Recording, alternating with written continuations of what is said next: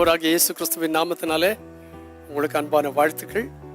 சுகமாயிருப்பீர்களாக, மகிழ்ச்சியாயிருப்பீர்களாக, ஆசீர்வாதமாயிருப்பீர்களாக. இந்த சனிக்கிழமை காலையில உங்களோடு சேர்ந்து ஒரு வசனத்தை நான் தியானிக்க விரும்புகிறேன். எரேமியாவுக்கு எழுதின தீர்க்க தரிசன புஸ்தகம் 18ஆம் அதிகாரத்தின் சில வசனங்களை நான் வாசிக்கிறேன். கர்த்தரால் எரேமியாவுக்கு உண்டான வசனம்.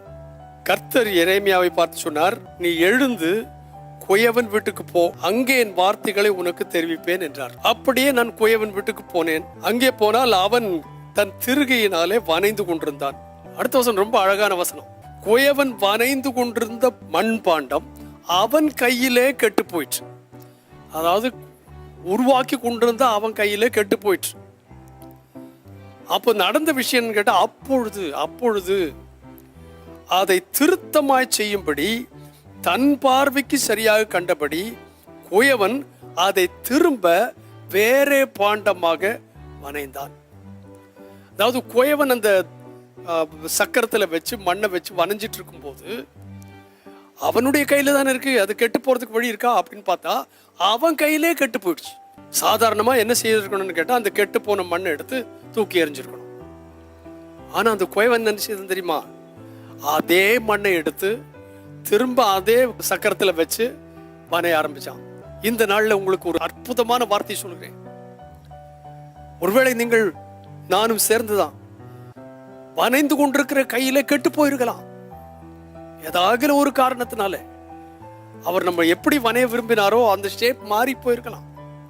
ஆனா ஷேப் மாறி போனாலும் அவர் அந்த மண்ணை எடுத்து தூக்கி எறிய மாட்டார். எந்த மண்ணு கெட்டு போச்சோ அதே மண்ணை எடுத்து திரும்ப தன்னுடைய பார்வைக்கு விருப்பமான முறையில அதை வேற பாத்திரமாய் வனைந்தார். வனைந்துட்டு அதை இவன் பார்த்தான். யார் பார்த்தது? எரேமியா பார்த்தான். எரேமியாவை எதுக்கு அனுப்புனா தெரியுமா? அந்த எரேமியா அதை பார்த்துட்டு இருக்கும்போது நினைச்சிருப்பான், ஓ கெட்டு போச்சு, தூக்கி எறிய வேண்டியதான்னு. ஆனா அவன் கண்ணுக்கு முன்னாலே, எவன் கண்ணுக்கு முன்னாலே பாத்திரம் கெட்டு போச்சோ அவன் கண்ணுக்கு முன்னாலேயே தேவன் அதை அழகான பாத்திரமாய் வனைய அந்த குயவனுக்கு உதவி செய்தார். இன்றைக்கு நான் உங்களுக்கு சொல்கிறேன், யாருடைய கண்களுக்கு முன்பதாக நம்ம கெட்டு போனதாய் காணப்படுகிறோமோ அவங்க கண்களுக்கு முன்னதாகவே கர்த்தர் நம்மை நல்ல பானையாய், அருமையான பாத்திரமாய், விலையுள்ள பாத்திரமாய், கனமான பாத்திரமாய், பிரயோஜனம் உள்ள பாத்திரமாய் வனைவார். இந்த காலை வேளையில உங்களை அப்படி செய்வார். அப்படி சொல்லிட்டு அவர் சொன்னாரு, இஸ்ரவேல் வீட்டாரே, களிமண் குயவன் கையில் இருக்கிறது போல நீங்கள் என் கையில் இருக்கிறீர்கள், கர்த்தருடைய கையில் இருக்கிறீர்கள். அவர் தமக்கு சித்தமானபடி உங்களை வனைய அர்ப்பணித்து விடுங்கள். யாரெல்லாம் உங்களை பார்த்து ஐயோ கெட்டு போச்சுன்னு சொல்றாங்களோ அவங்க கண்ணுக்கு முன்னதாக அழகான பிரயோஜனமான பாத்திரமாய் தேவன் வனைவாராக. பரிசுத்த பிதாவே இயேசு கிறிஸ்துவின் நாமத்தினாலே உம்முடைய கையில களிமண்ணாய் நாங்கள் கர்த்தாவை காணப்பட ஒத்தாசை பண்ணும், தொடர்ந்து ஒத்தாசை பண்ணும். எப்படி வனைகிறீரோ உம்முடைய பார்வைக்கு விருப்பமான படி வனைந்தருளும். உங்க நாமத்தை மகிமைப்படுத்தும்.